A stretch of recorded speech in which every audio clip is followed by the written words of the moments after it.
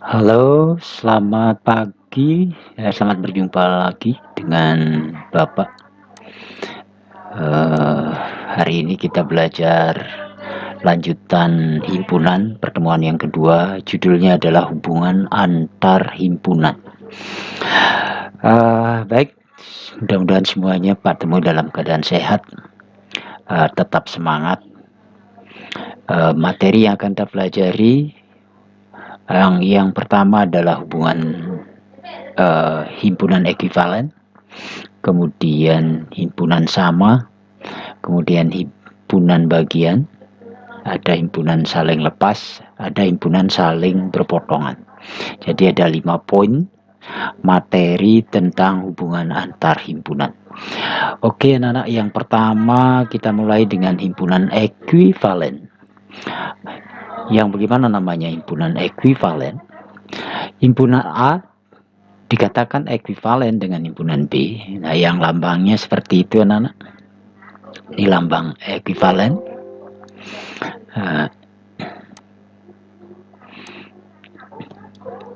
Lambang ekuivalen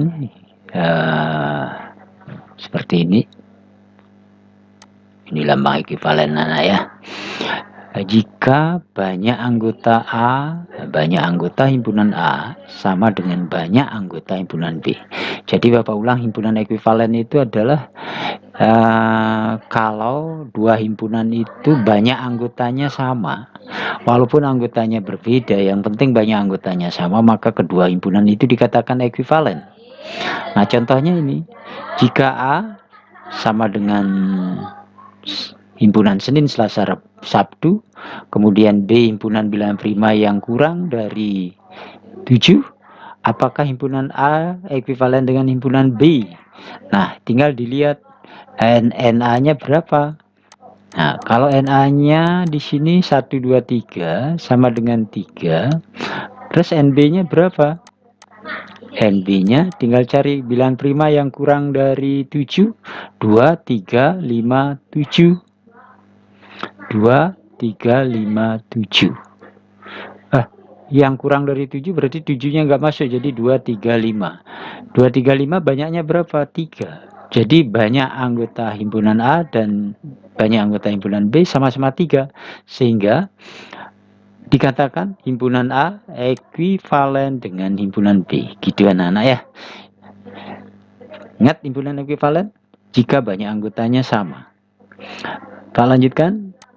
Sekarang himpunan sama. Kalau himpunan sama beda dengan himpunan ekuivalen. Kapan dua himpunan dikatakan sama? Nah, ini anak-anak. Jika ini anggota-anggotanya sama. Nah, jadi anggota-anggotanya sama. Anggota himpunan A dengan anggota himpunan B itu harus sama. Contohnya ini A sama dengan himpunan anggotanya MURAA. Kalau B anggota-anggotanya HARUM. Jadi ini anggota himpunan A sama dengan anggota himpunan B. Cuma posisinya saja yang berbeda sini. Sebetulnya sama anggotanya. Oleh karena itu, himpunan A, apakah himpunan A sama dengan himpunan B? Jawabannya ya sama. A sama dengan B gitu. Nah, ini yang agak sulit nih, materi yang ketiga, judulnya adalah himpunan bagian. Himpunan bagian. Himpunan bagian itu definisinya begini. Himpunan A dikatakan bagian dari himpunan B. Ini penulisan lambangnya gini. Himpunan A bagian dari himpunan B jika setiap anggota himpunan A menjadi anggota himpunan B. Gitu. Bapak ulang, jika setiap anggota himpunan A menjadi anggota himpunan B. Gitu anak-anak ya. Nah, lambang himpunan bagian ini. A bagian dari B. Nih, lambang bagian gini, lambang bagian. Ini bacanya bagian. Kalau bagiannya dicoret ke bawah, itu bacanya bukan bagian. Gitu. Nah, perlu Pak kasih tahu catatannya. himpunan kosong selalu merupakan bagian dari suatu himpunan. Jadi himpunan kosong itu nanti selalu bagian dari suatu himpunan. Kemudian setiap himpunan selalu merupakan bagian dari dirinya sendiri, dari himpunan itu sendiri. Jadi ada dua hal, dua catatan penting yang harus diingat di sini, anak-anak. Himpunan kosong selalu merupakan bagian dari suatu himpunan. Yang kedua, setiap himpunan selalu merupakan bagian dari himpunan itu sendiri. Oke, anak-anak, ini konsep. Sekarang Bapak lanjutkan dengan contoh soal. Ini perlu pemahaman.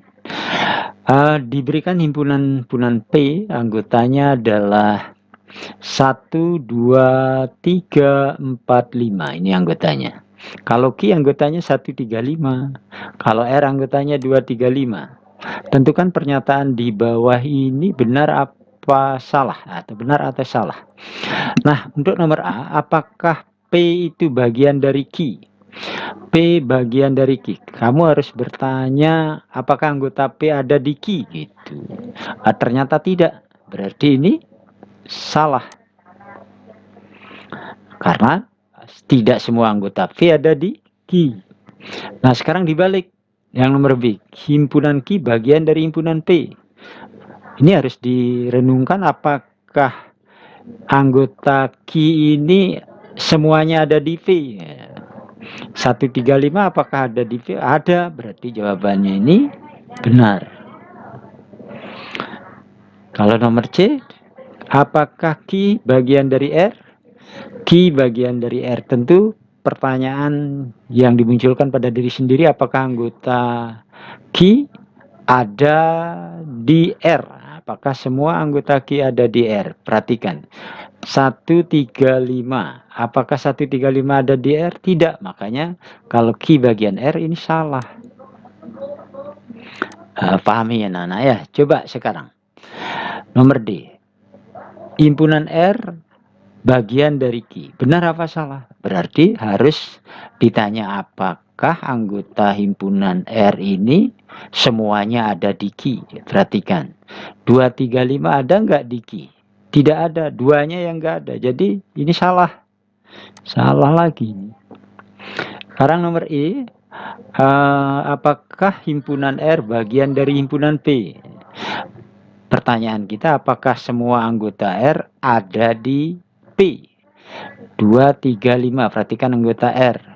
Apakah 235 ada di P? 235. Oh, ternyata ada, berarti ini benar. Benar. Kalau yang nomor F, himpunan P bagian dari R. P bagian R.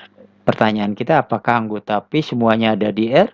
Apakah 1, 2, 3, 4, 5 ada di R? Oh, ternyata tidak. Berarti ini salah. Gitu anak-anak ya. Jadi yang benar hanya nomor B dan nomor E. Kita lanjut. Contoh soal kedua. Tentukan benar atau salah pernyataan berikut. Nomor A, perhatikan cara bacanya anak-anak. Nih. Himpunan 1, 2, 3. Bagian dari himpunan min 1, 0, 1, 2, 3. Benar apa salah? Nah, ditanya apakah yang di kiri ini 1, 2, 3 ini ada di kanan? Ada, berarti ini benar jawaban. Nah, kemudian yang nomor B. Himpunan min 1, 1. Bagian dari himpunan 0, 1, 2, 3. Pertanyaan kita, apakah min 1 dan 1 ada di himpunan di kanan? Oh, tidak. Maka ini salah. Salah. Kemudian ini, C. Himpunan kosong bagian dari himpunan A, B, C, D. Nah, tadi sudah ada catatan himpunan kosong itu selalu bagian dari suatu himpunan. Jadi ini benar. Sekarang nomor D. A bagian dari himpunan A, B. Benar apa salah? Nah, kalau ini jawabannya salah. Padahal A ada di himpunan di kanan. Mengapa ini salah? Oh, karena yang ini bukan himpunan. Tidak ada lambang himpunan di sini. Makanya salah dia. Sekali lagi ingat ini anak-anak. Ini salah karena A-nya ini tidak ada lambang himpunan. Jadi tidak ada kurung kurawalnya. Jadi salah ini. Yang ini, E. Himpunan 1, 2, 3 bagian dari himpunan 1, 2, 3. Jawabannya benar. Mengapa benar? Karena ini sama ini. Setiap himpunan menjadi bagian dari dirinya sendiri. Nah, jadi 1, 2, 3 ada di 1, 2, 3 di sini ada. Jadi benar. Gitu. Nah, nomor F. Himpunan kosong bagian dari himpunan kosong ini juga benar. Nah, benar. Karena setiap himpunan menjadi bagian dari dirinya sendiri. Gitu. Mudah-mudahan paham anak-anak. Sekarang Pak lanjutkan dengan soal 1. Soal pilihan ganda. Ayo kita menalar. Diketahui himpunan A anggotanya adalah 0, 1, 2, 3, 4, 5, 6. Himpunan B anggotanya 0, 1, 2, 3, 4, 5. Dan C anggotanya 4, 5. Maka pernyataan berikut yang benar kecuali.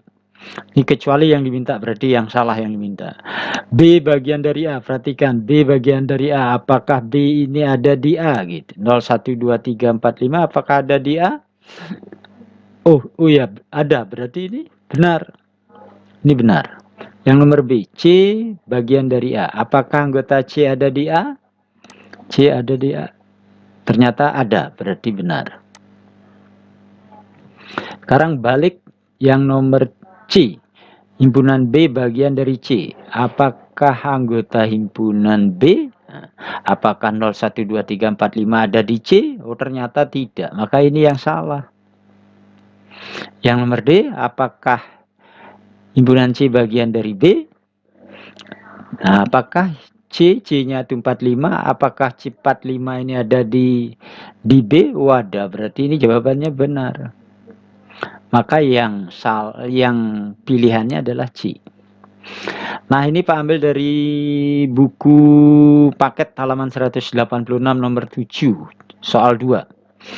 Jika P bilangan prima kurang dari 12. Nah, daftar dulu anak-anak. P bilangan prima kurang dari 12 yaitu 2, 3, 5, 7, 11. Nah, kemudian Q-nya Q bilangan asli yang kurang dari 12. Bilangan asli mulainya dari 1. 1, 2, 3, 4, 5, 6, 7, 8, 9, 10, 11. Nah, pertanyaannya, pernyataan berikut yang benar. Yang nomor A diperhatikan anak-anak.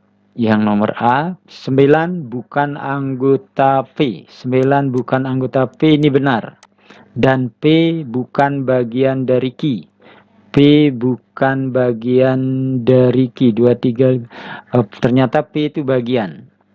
Ini yang salah. Salah. Ini benar.